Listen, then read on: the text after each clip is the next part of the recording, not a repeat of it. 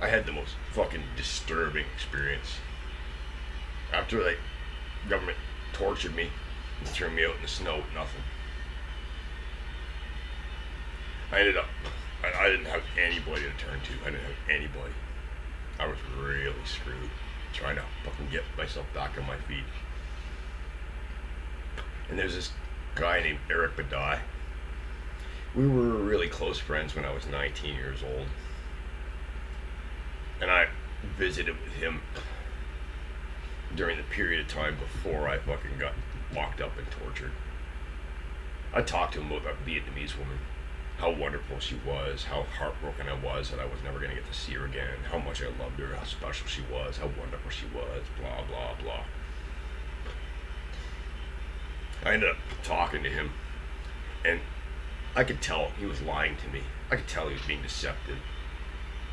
But he let me crash in his living room for a while, and I really didn't have anywhere else to go, so I took advantage of his hospitality.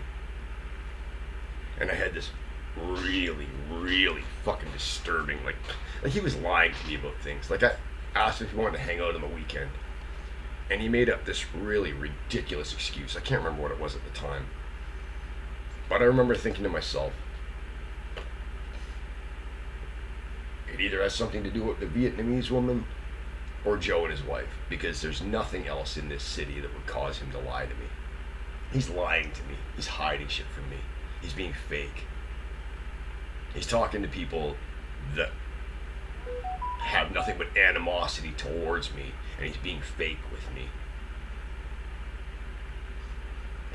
But again, I didn't have anywhere to go except going to the fucking worst homeless shelter in the country. So I took advantage of his hospitality. And then one day I had this incredibly disturbing experience that made me not want to talk to him anymore. I don't consider him a friend anymore. It was extremely fucking disturbing. There was like this weird thing. He wanted me to wash the dishes. And he said, hey man, I went over to the store and I bought ingredients.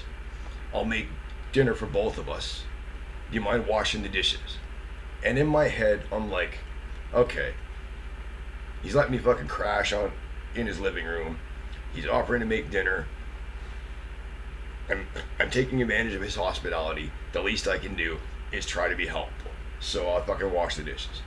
And he had this like gleam in his eye, this grin on his face, and this gleam in his eye, and he was like hovering over me as I washed the dishes. And it was really fucking weird. Like, it was really weird. Like, are you trying to like turn me into your little kitchen bitch? Are you getting some kind of a thrill out of this? Did you make a bet with somebody that you could get me to wash the dishes? Is there a hidden camera around here? Like, this is what I was thinking, because there was just a weird vibe, and it was just really creepy. In my head, it's not like a bitch move, you know, like I'm crashing on the guy's sofa, crashing in the spare bed in his living room. He offered to make dinner for the two of us. Asked me to help out by washing the dishes instead of just sitting around like a king waiting to be served. That's reasonable. I'm not going to be a jerk. But it just had this fucking like creepiness. And then later on, we're sitting on the sofa, watching television. And do you guys know Budai? Where you like go like this, and if the guy looks at the little circle, you get to punch him in the shoulder. You hold it down here. If he looks at the circle, you get to punch him in the shoulder, that kind of thing. You know what I mean? Well, he did that. And he put his hand on his dick to try to get me to look at his dick. And he was like giving me this like look to see if I wanted to look at his dick. And it was just like, that was when I realized that Eric Budai is a fucking homosexual. I used to think of him as one of my friends. We were like really good friends when we were 19 years old. But that was when I realized that he's a homosexual and he's trying to like fucking flirt with me or something like this. It was just like really, like my fucking skin wanted to crawl off my body and sneak out under the door and flee down the street. I was just like, I'm not coming back here anymore. This is disturbing. This is really gross. This is really fucking gross. It was really disturbing. He was one of my oldest friends.